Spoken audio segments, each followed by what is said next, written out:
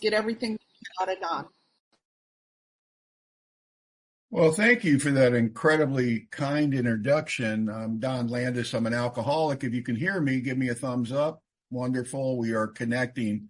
What a well-run meeting. I can just feel the enthusiasm and the commitment to this, and not all meetings are created equal. And I felt welcome from the minute that I signed on. Thank you for that. And everyone's been very kind. And it's Tuesday night for me. Tuesdays, I'm very Pavlovian. You ring a bell, I'll salivate. I'm very structured. I became very structured in my sober life. I've been sober since September 16th, 1991, puts me at the 33-year mark. And for somebody that hid behind a shield of nonconformity and you go left, I go right, you stand up, I sit down, I found out in AA that I respond really well to structure. I don't like ambushes. I like predictability. And, Tuesday night is out of town sponsee, phone appointments. It's laundry. It's my wife's home group night. I'm in charge of the dog.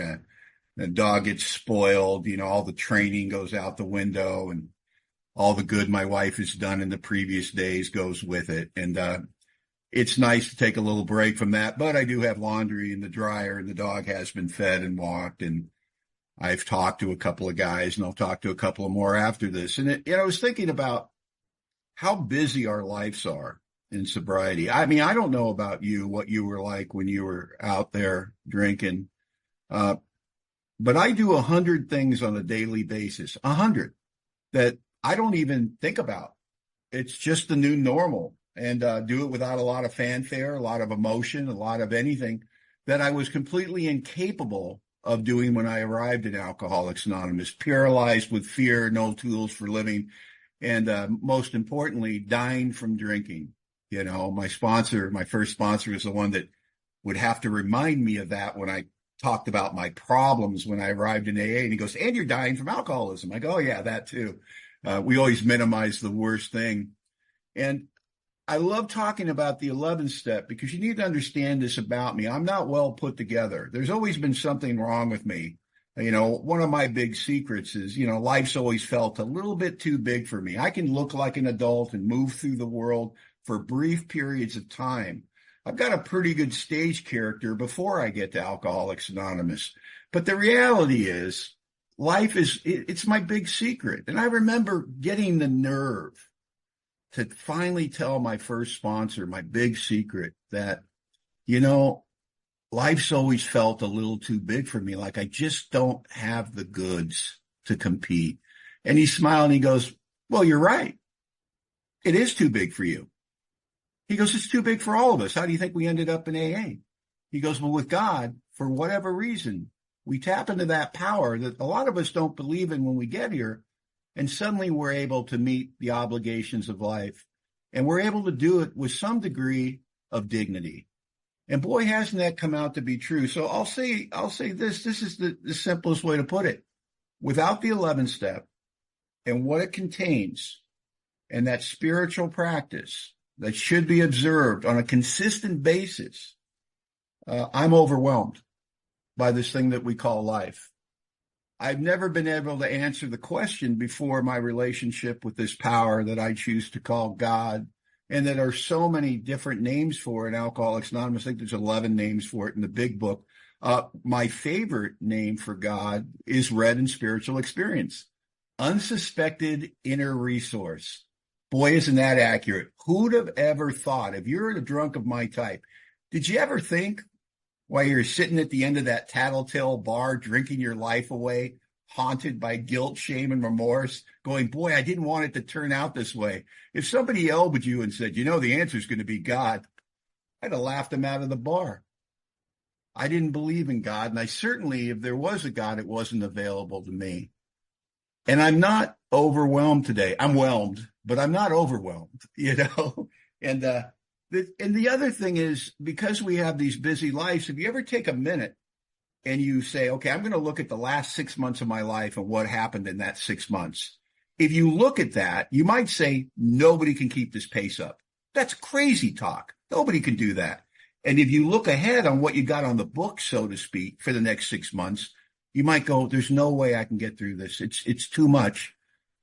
But in the moment, as you're hearing the sound of my voice, that's the moment. The moment is always manageable. For some reason, this feeling of unmanageability, this feeling of I'm overwhelmed, this feeling of life's too big for me, this feeling of I can't do it, seems to only exist in the past upon reflection and the future in my worry. But in the moment, it seems to be okay. I have a very busy evening, but I'm comfortable. I'm calm. I have complete faith that everything that's supposed to get done will get done. Well, what is the correlation between this seeming manageability that we profess that of ourselves, our lives are unmanageable? In the first step, we get that out of the way pretty immediately, right? What is the correlation between this newfound manageability? And I think it's nothing less than the address of God. And God's address is the moment. Can't be found yesterday and can't be found tomorrow, but right here, right now, when two or more of us are gathered, or in the quiet reflection that these disciplines that we learn to incorporate, embroider into the fabric of our lives, God is there. And suddenly I'm not alone. And suddenly my human power that fails utterly where the drink is concerned, but my human power marshaled by the will turns out to fail utterly in other areas of my life. Suddenly I seem to be able to show up in my life, and it's really difficult to talk about the 11th step without, there's some building blocks of spirituality, I believe. I came to AA and I was introduced to the idea of powerlessness, and I put two things on the list, alcohol and other substances. That was my complete step one powerless list. Now I'm 33 years sober. We don't have time to go over the list today. The expansion, the continual, consistent expansion of the principle of personal powerlessness, which left a terrible taste in my mouth when I was new. And today I look at it as a beautiful fact. That's okay, because I have tapped into a power, an unsuspected inner resource, much greater than myself. And it's now feels logical that I'm powerless over these other things, that I feel overwhelmed, that I feel I'm not enough of myself. But with God, I seem to be okay. And with you, I seem to be okay. And I picked the reading that I have, and I just want to, because since it's somewhat of a literature step study, I thought it'd be appropriate to just read very briefly where that comes from on page 86. Upon awakening, let's think about the 24 hours ahead. We consider our plans for today. Before we begin, this is the first direction in the 11th step. It's as though Bill Wilson put his hand up in a stop sign motion and said, before we begin, we ask God to direct our thinking. That's a prayer. Asking for something I don't have of myself and my human power is always a form of prayer. I cannot direct my own thinking. My undirected thought life is like whack-a-mole. It is all over the place, and it's very hard to stay focused on any one thing. I am drawn in many different directions. So I'm going to ask God to direct my thinking because I'm not great at directing it. And I'm going to ask some things specifically, especially that it be divorced from self-pity, dishonest, or self-seeking motives. Now, the implication being that I wake up in a state of self-pity, dishonest, or self-seeking motives. And stop there and look at that and see about the accuracy of that. I don't know how you wake up, but I'll tell you how I wake up. I wake up a little blue. Now, I'm not going to say depressed because I think that's an insult to people that have actual depression. I don't. But I do wake up a little blue. And it's a comparison. Comparison to what? How I'm going to feel in about 10 minutes after I wake up. But when I first wake up in the morning, let's see if I'm selfish and I'm self-centered and I'm self-pitying and I'm self-seeking. Well, here's the easiest test. Who do I wake up thinking about? Answer for yourself. I'll give you a second. I've been at this a long time. I think I have a pretty good relationship with this power we talk about. I feel comfortable with it. I've been active in AA the entire time. You think that would provide some type of insulation from this noose of self-centeredness that seems to choke me out every morning when I wake up. I wake up every morning thinking about me, my trouble, and the self-pity. Self-pity isn't boo-hoo, I've got a tough life. Self-pity is, man, I hope the day goes good. I'm already running the show because I'm already concocting an idea of what my day needs to go like so I can say it was a good day. That's running the show. And I do it every morning when I wake up. I'm thinking about what I have on my plate, what I have to get done. And what happens when you wake up in this state of self-centeredness for me is I start to become anxious upon awakening. I start to feel put upon awakening. I am greeted by the facts of my life, which, by the way, if you knew my story and you understood my life today, you would say, Don is a blessed man. Yet, when I wake up in that state, very quickly, these blessings that I could take the time to explain, but I won't, start to feel like burdens. Isn't that interesting? How attitude matters so much. This attitude that I don't seem to have any control over. So I wake up a little bit blue. How did Bill Wilson know that guys like me were going to wake up a little blue? That the first direction he gave me was, you're not going to be able to think your way out of this, kid. That's what he's saying. Why would I be asking God to direct my thinking if I could just do what people that don't have what I have, don't have this thing that we talk about, this thing called alcoholism? They would say things to you like this. Well, try to have a positive attitude. Oh, good. I always think if you want to write a gratitude list, I think that's great after prayer. Doesn't work great for me before prayer. Just saying. I can't direct my thinking too well. I don't seem to be able to conjure up those good feelings on my own. So I'm asking God to divorce me from these self-seeking, selfish motives where I'm already running the show. And we do this. We talk about the 11th step a lot. Sought through prayer and meditation, improve our conscious contact with God, praying only for knowledge of his will for us and the power to carry that out.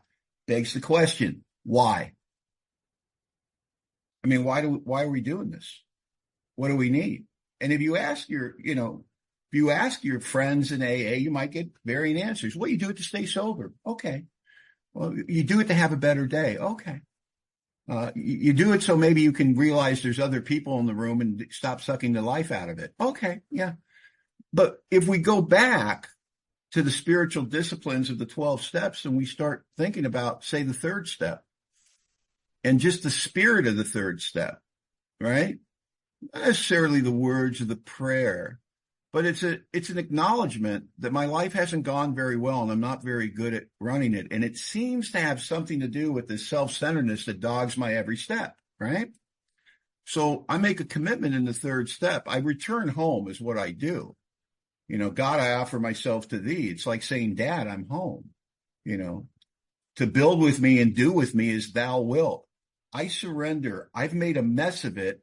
I don't think there's any raw material to work with, but you are God. Maybe you can find purpose in my life, right?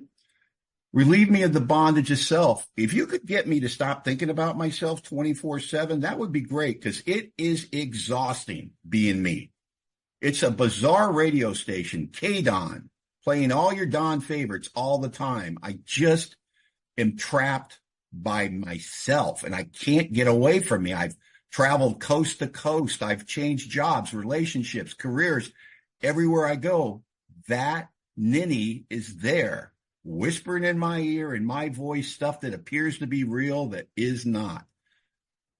Take away my difficulty so victory over them may bear witness to those I would help with thy power, thy love, and thy way of life. If you were to do this for me, Dad, and I don't deserve it, I'm the first to admit it.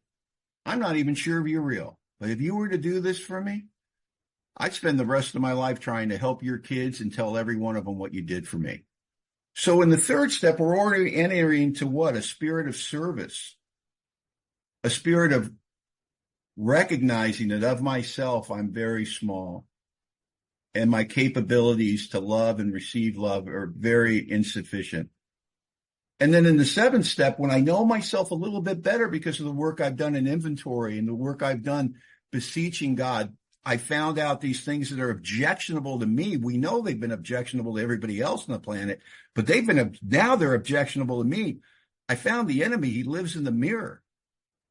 I don't want to be this guy. It's a wonderful moment in any alcoholic's life, at whatever point in sobriety they are, when they take that deep breath and they look in the mirror and they go, I am so tired of being you. I remember when it happened to me, and that's when 6 and 7 become possible, right? And then I go into 7-step because I know myself much better, good and bad. But there's nothing I can do about it. I can't wish this stuff away any more than I could the drink. So when you go into 7, then it's really the commitment. Step 3, we ask God, right? We ask God, can I trust you? Step 7, God gets to ask us the same question. Hey, Don, can I trust you? You know, you going to play AA? You going to play recovery? You going to play spiritual way of life? Or are you going to live it? What's your answer, kid? In the 7th step, I answered to the affirmative. To the best of my ability, I'm going to try. I'm going to try, but you're going to have to give me power. You're going to have to grant me strength as I go out from here to do your bidding, and set on this foundation that we don't realize how strong it is. Because we feel, many of us, when we go through that process, we're at our weakest point, early in recovery. The future's uncertain. We have a history of failure and pain, suffering, guilt, remorse. You know, these words we throw around, but we get distance from our sobriety date, and we sometimes lose touch with how lost we really were and how far we've been brought. We haven't traveled under our own power. We've been brought so far. And we forget the failure of our human resources. But it's so solid, this foundation of trust. Even though in the beginning, you know, as the book says, it felt like a flimsy reed turned out to be the all-powerful, loving hand of God. Boy, isn't that something? And what we're doing in the 11th step, I think you got to look at what we get when we're done with the steps. Because we do all that work and we get what? A spiritual awakening, right? And when we're new, we go, yeah, and, you know, where's the hot car, hot chick, hot job? You know what I mean? No, that's it. And we couldn't have suspected that the keys to the kingdom is that spiritual awakening. The greatest fact of my life today is this spiritual awakening, which is exactly like it sounds. When I came to AA, I was asleep. And I went through the steps and I got woken up to what? To a fact that there's a power that runs this thing. And many of us call this power God, that we're all a part of and wants good things for me and good things for you. And this power is available to me right now. That's called being awake. And it's a new awakening. It's a discovery. But here's the trick, as my friend Bob B says from Minnesota, and I love this. Bob goes, well, now that you have the spiritual awakening, don't go back to sleep.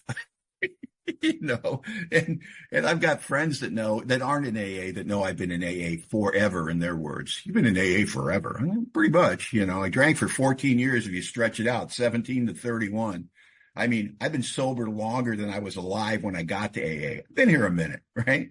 Why do you still go to AA? Why do you still go to meetings? Why are you still active? Why are you still sponsored? Why do you still sponsor people? Because I go to sleep. And I've learned to do a lot of things in Alcoholics Anonymous. One of the things I never learned to do is wake myself up. I need you for that. How many times have we been in a meeting thinking we're awake? I don't know about you. I thought I was awake. I felt awake, thinking about me, sitting in a meeting of Alcoholics Anonymous, and somebody with weeks of sobriety, not years, says something, and I wake up. It's almost like getting slapped, and you go, oh, that's right. Oh, that's right. And I wake up.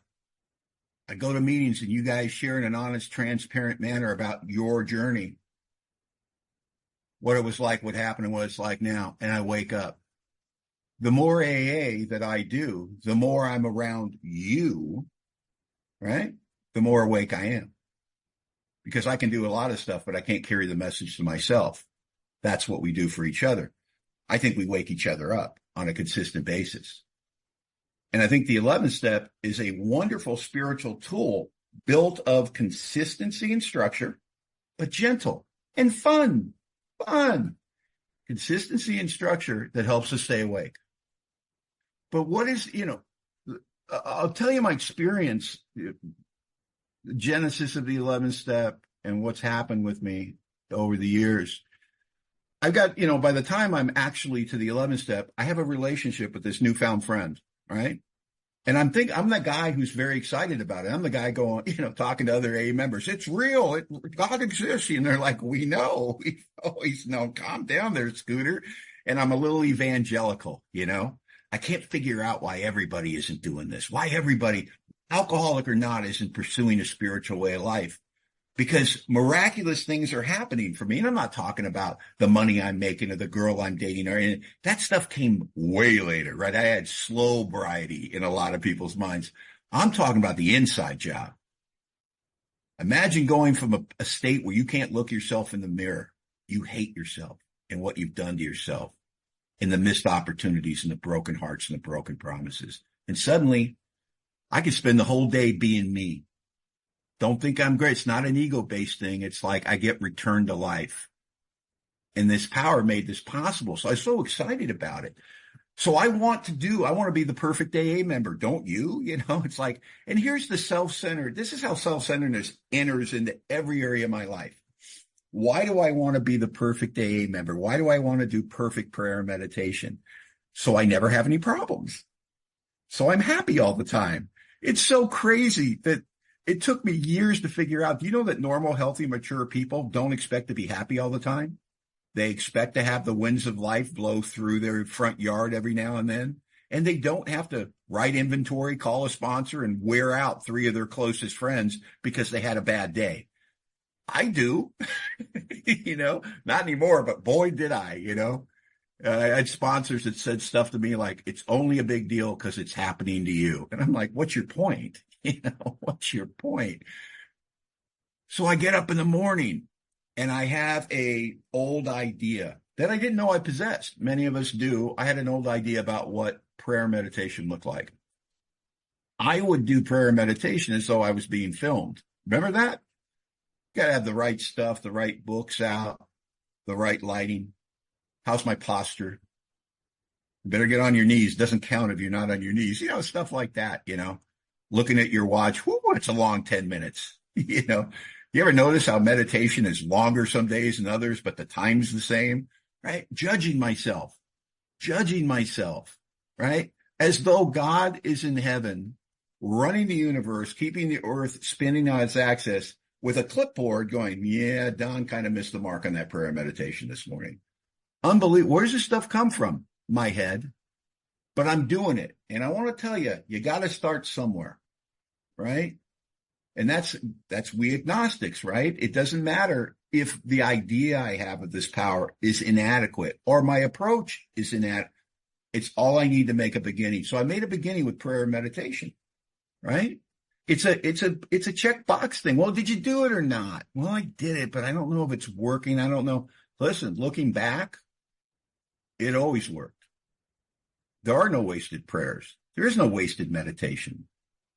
It's did I do it or did I not? I think a lot of us walk away from it because the most important, like the late, great Don Majors used to say, without divine intervention, I will always let how I feel be the most important thing in the universe. Well, if I don't feel I'm getting anything out of prayer and meditation, I might stop doing it. And that's called leaving before the miracle happens, right? It turns out that how I feel is one of the most inaccurate measuring tools of how I'm doing. Very unreliable, my emotions and feelings. Doesn't mean they're not powerful. They're powerful, just unreliable. So here's what I do. I get up out of prayer and meditation and I feel spiritual. I probably won't need my car to get to work. I'll float. Thank you. I have this vision of all the people I'm going to help today. And, I'm never going to be in a good mood all day. God and I, hand in hand, with the spirit of the universe, just going to let God be management. I'm going to be labor. You know what I mean? Spirit of the third step, whatever happens is his idea. I don't have to judge it. I can just experience it. And I walk out the front door, and it's though there's some type of spiritual guillotine at my front door, and it would sever my conscious contact with God. Now I run in the world on self-will for about 12 hours, end up at a meeting of Alcoholics Anonymous that night. Hopefully they call on me. I can say something spiritual, promote my AA stage character, and go home and wonder why I'm so unhappy some days. And I think, I don't think I was doing anything wrong. I think before you get to the realm of the spirit, you might spend a little time in spiritual make-believe, because I've got old ideas about what it looks like. And it takes a while to get rid of those. It did for me. And I'm seeking. That's the thing that was so beautiful about it. I look back at some of the goofy stuff I was doing and some of the goofy stuff I was reading and, quoting. Oh God, quoting. But I was seeking, and it was honest. I wanted a relationship with this power. And I have to thank the men and women of Alcoholics Anonymous for this, because you made it look two things: attractive and obtainable. Attractive, number one. If it's not attractive, I don't want it. And if it's not obtainable, if it's too hard, I'm just not that pure. You know what I mean? I'm built for leisure. I'm not going to work that hard. So attractive and obtainable. So I kept seeking. And slowly over a period of time, I start to figure out, how can I bring this stuff into my daily living? Because the problem seems to be, I'm pretty good in the morning on my knees. I'm pretty good in the morning in meditation. And I'm pretty good at night with the nightly review. Pretty good. It took me a while to figure out, I've never gotten any real trouble on my knees next to my bed in the morning. Just saying. That's not where my life has lived.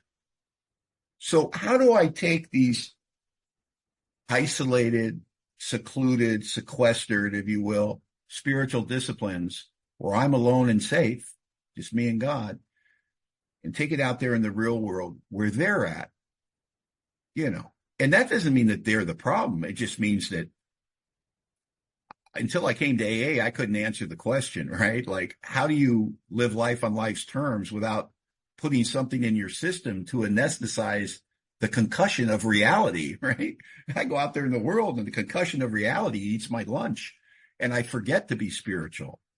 And it's not old behavior. It's my behavior, because I've never stopped doing it. You scare me, you threaten me, I turn to self. I don't turn to God. And so I'm a sober maniac at times. And this inconsistency, because you've got one foot in the new life and one foot in the old life in terms of the way that you treat God's kids and the way that you move through the world, isn't just confusing for us. It's confusing for the people that love us, that are trying to be in relationships with us, that are trying to be friends with us, that are trying to work with us.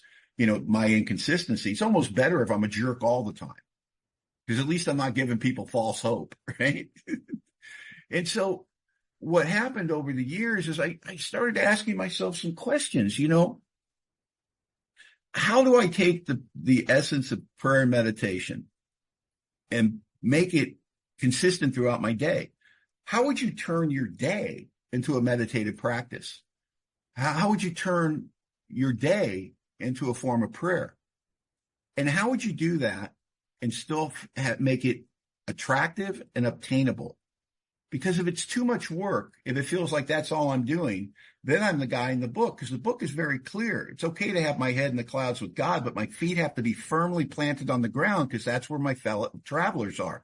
How do I have my feet firmly planted on the ground in real time, moment by moment, and have a relationship with God and practice the 11th step? And this was the quandary, the confusion for me for so long.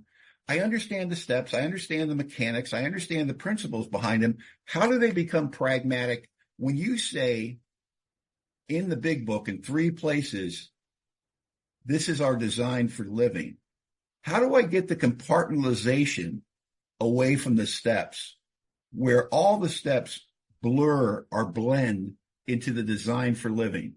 How does it become, well, this is just my solution. This is just how I work out my life along these spiritual lines?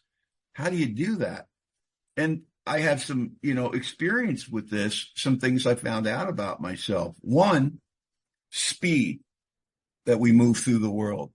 I found out for me, and I just share this, it's my experience, doesn't mean it's going to be yours, it'll work for you, but I share it. I found out there's actually a speed to my self-will, and there's a speed to me when I'm in God's will. And if I had to use a word to describe each, the speed of my self-will, I would call reactive. I feel like life is an ambush. I move, particularly my mouth, a little quicker than I should. I form opinions and answers without thought. I feel like I've been shot out of a cannon and I'm in a hollow tunnel with my fingers just scraping along the walls of life. I'm existing but not experiencing. It seems to be happening too quick. And the way I know that is when I think about my day later, I think, man, if I'd only known that was going to happen, he was going to say that was going to occur 5 minutes before it happened, I know I would have acted differently, which is a subtle way of playing the victim. Well, I was caught off guard. I didn't get enough sleep. I've got a lot on my plate. I was overwhelmed. Please accept my amends. Being overwhelmed is a state of mind, not a state of being. And I get into that state of mind when I'm running on self-will, under my own human power. This reactive speed of my self-will. But life is life, right? What are you talking about speeds? It's just the pace of life. No. Turns out for me, there's a speed to God's will. And if I had to use a word to describe the speed of God's will, it's contemplative. Another way to say it's contemplative is contained in the 11th step. We call it the pause. And it turns out when you want to access God, like I want to go find God. I need God right now. I'm feeling this anxiety. I'm walking into this business meeting. I don't like this traffic. I don't like the question my wife just asked me. Whatever. How do I go find God? God lives in the pause. That's his address, right? What's his language? Silence. So to access God, I have to create pause and silence. And it feels when you're in the busyness of life. You ever had like a really busy, well, of course you have, busy day every day, right? Busy day, important stuff, big deal, it's happening to me, right? And I think to myself, I can't give this, 2 minutes? 2 minutes? It's the analogy that if somebody came to you and said, hey, if you got $5 and you give it to me, I'll give you 100. What do you say about that deal? You go, how many hundreds you got? I can get a bunch of fives, right? Nobody says no to that. But when somebody says, give me 15 minutes in the morning and I'll reward you with 14 hours significantly better than if you don't give me that 15 minutes, we say I'm too busy. I would have prayed, I would have meditated, but I'm running late. Take that principle, the excuse of why we don't do it in the morning, and now ask yourself, why don't I do it during the day? Well, how would you do that? Do you understand? I work for a living? Yeah, me too. So how does it look? How does it show up in my life? I go to work, right? I have a real job, real responsibilities. I'm in a management position. People count on me. They wait for me every day inside the door, and they come at me like fighter jets. Dawn, with all their questions, right? And if I'm not spiritually fit, I will walk in to the office and I will say something like this. You know what? I just got here. Do you not see the briefcase in my hand? How about you let me get to my desk like I'm a real person and maybe get settled for a couple minutes? Then I'll drop everything and work on your little problem. How would that be, Scooter? And for some reason, that hurts people's feelings, right? And so what do?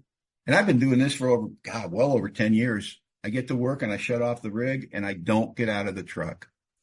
And I say the same prayer almost every morning. I say, God, I'm at work now, and there's men in there that need my help, and they're a gift in my life. My job is a gift that you gave me. But, I got the world hanging all over me, and I'm in the state of self. I'm thinking about my work day. Let me leave that in the front seat of this truck, and let me put their needs ahead of me. Give me eyes to see and a heart to feel. And then I close my eyes and I meditate for maybe a minute. That's a long meditation for going into work. Can usually do it in 30 seconds. All I want to see is what would I look like walking in there if I was a member of AA who took this stuff seriously? What would I look like if I actually followed the dictates of a higher power? What would I look like if I actually made serving others a priority in my life? Now, I don't think I'm that guy, trust me, but I can see what I look like when I'm that guy. And when I see it, now I can go in. And my attitude's different because they still come at me, Don. I'm like, hey, guys, great to see you. We're going to have a great day. What do you need? And it's a huge inconvenience in my day, like 10 minutes. And it makes the guys I work with feel coveted, respected, and wanted. The very things that I want in my life. And we get along great. And I have great relationships with the people I work with. I come home after a busy day. And I come home to a house, and there's a woman in that house, and there's a heart in that woman that I love like good poetry. And that's the beautiful Eileen. I've been married to her for 28 years. Having said all that, if I walk into that house and I'm not spiritually fit, she'll want to talk to me because she wants to talk to me every day when I come home about what I don't know. But she's always got something she wants to talk to me about. And I will walk in the house, and if I'm not spiritually fit, I'll go, honey, I just got home. I've been out there slaying dragons all day in the real world. Would it be okay if I got my boots off and I'll drop everything and I'll listen to anything you have to say? And for some reason, that hurts her feelings. So I don't get out of the car.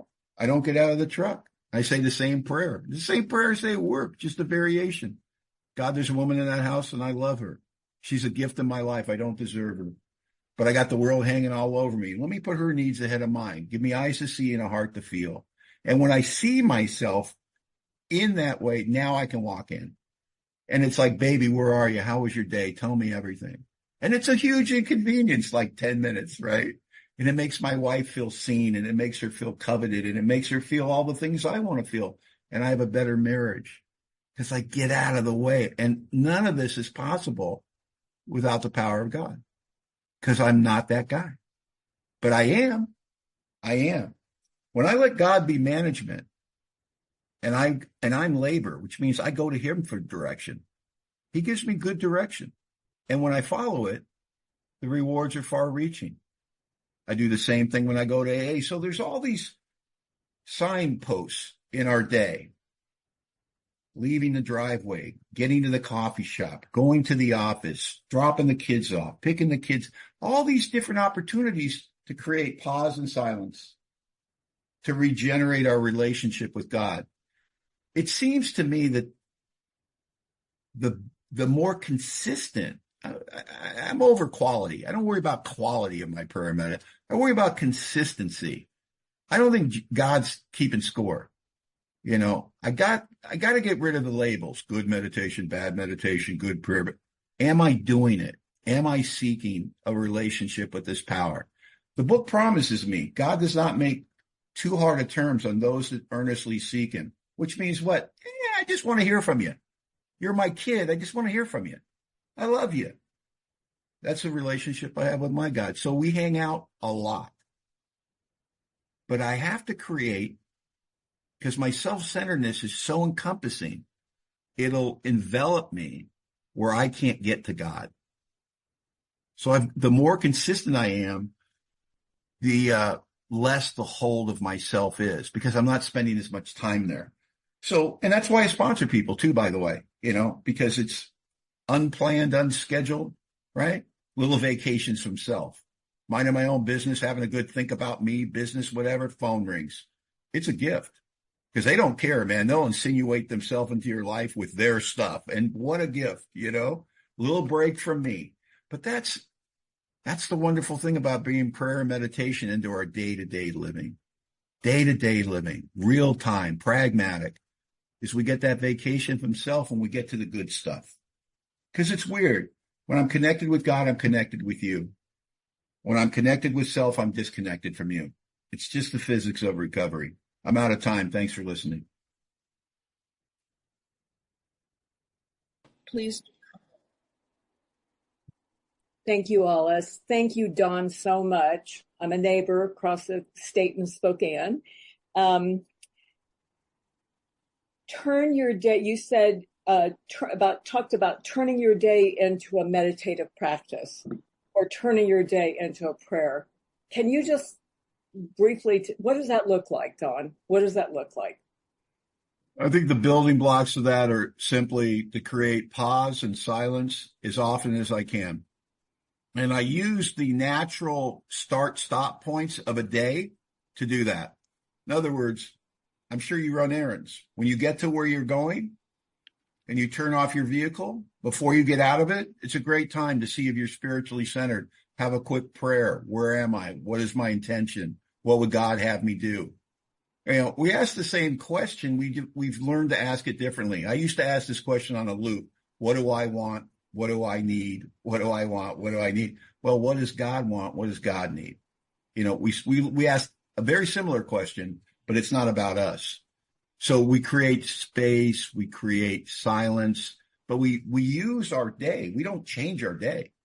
But if you think about your day isn't one day, it's hundreds of moments. And where are the natural starting and stopping things in those moments? And we can find that. When we arrive home, that's a natural stopping point. When we leave the house, natural stopping point, So that's what works for me. And that's got 15, 20, 25 times a day. There's stuff like that. I hope that's helpful. Thank you, Don. All right, sweetheart. Time for bed. Did you get off? Come on in. Hey, Don. Looks like I'm up. Good to see you. Hi, Lo. Great job tonight. Okay, here's my question. At what point in the morning, when you realize that you've got you on you, do you turn it over? Like, how long does it take you? Well, it varies how deep the state of self I'm in and really how scared or threatened I am at that point in my life. I mean, if I got some big health stuff going on, it may take longer. If I'm, obsessed about my wife, it may take longer. If I got a deal in business that's eating my lunch, I'm not happy with the way they don't appreciate me at work, may take longer. It varies. I don't think it's a one solution fits all. It's about being honest about where I'm at. Some days it takes longer than others. Some days it's very easy, but I have some basic training, some things I expect of myself. I've trained myself upon awakening in bed. My first conscious thought after whatever I got a tennis racket out of there, before I'm even out of bed, is good morning, God.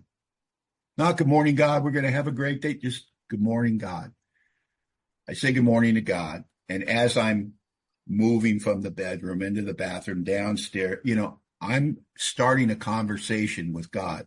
And it's an honest conversation. And it may be, God, I do not want to go to work today. I've got to tell you, I got a bad attitude, and I just think I'm going to kill everybody. I just thought you should know before I do it.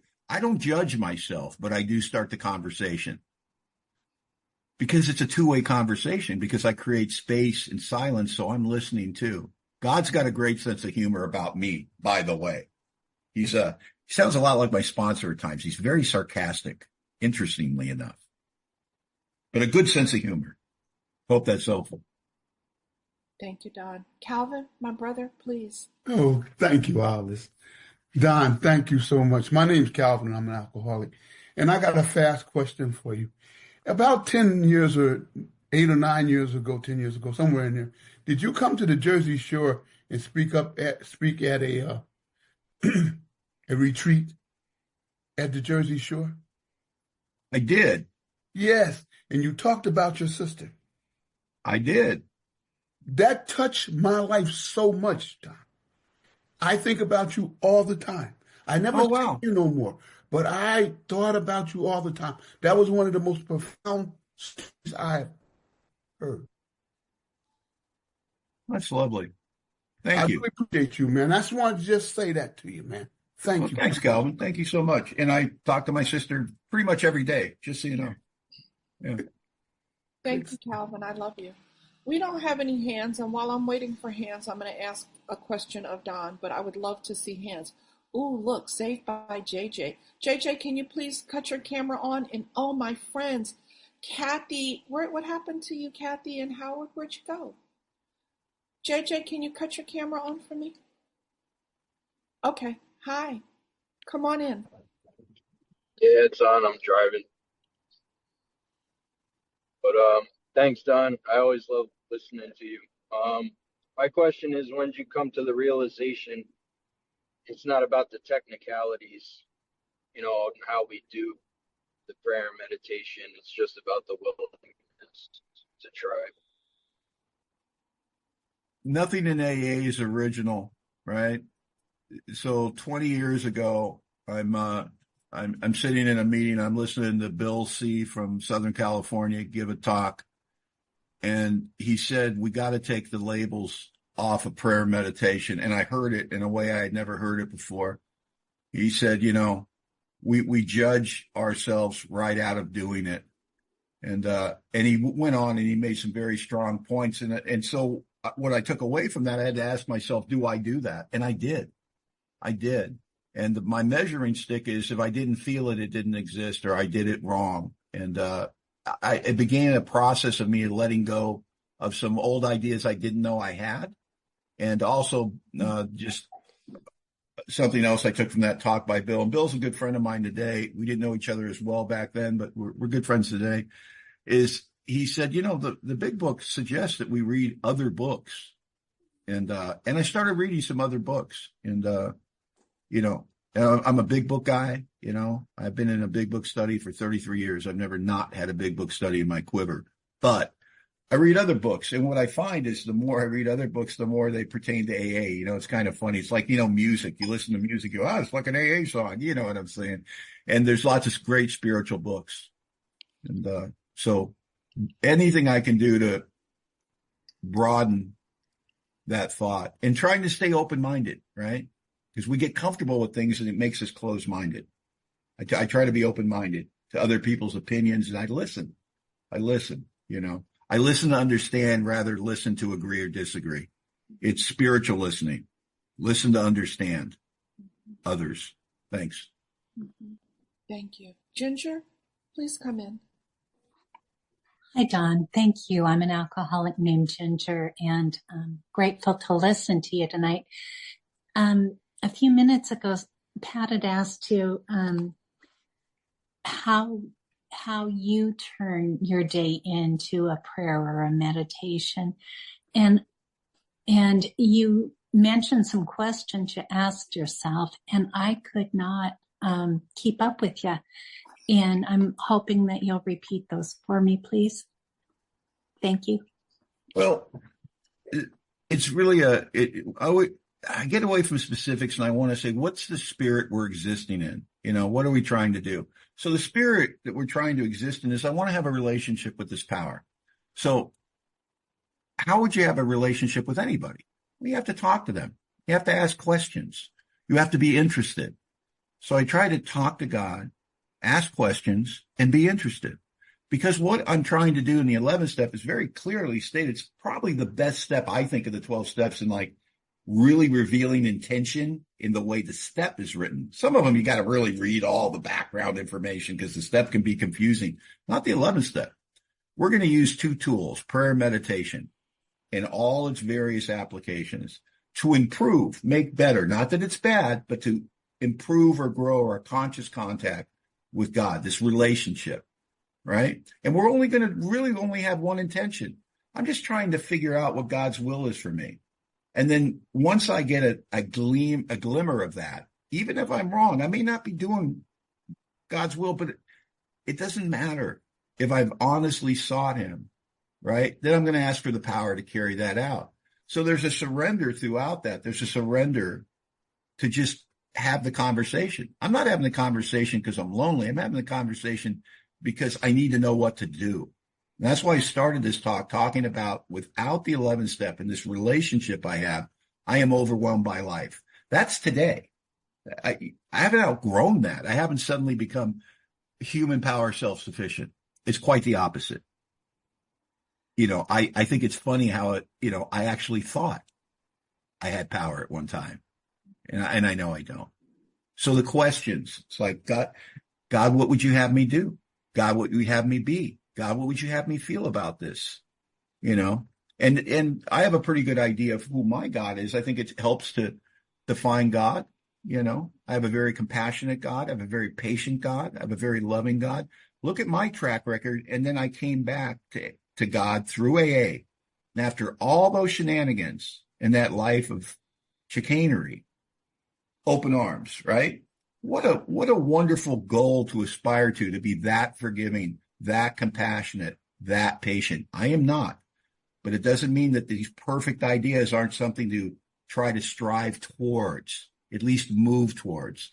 Because I am, like, what are my big character defects? I'm judgmental and I'm petty. I know nobody else is, but I'm judgmental and I'm petty. And I hate that about myself.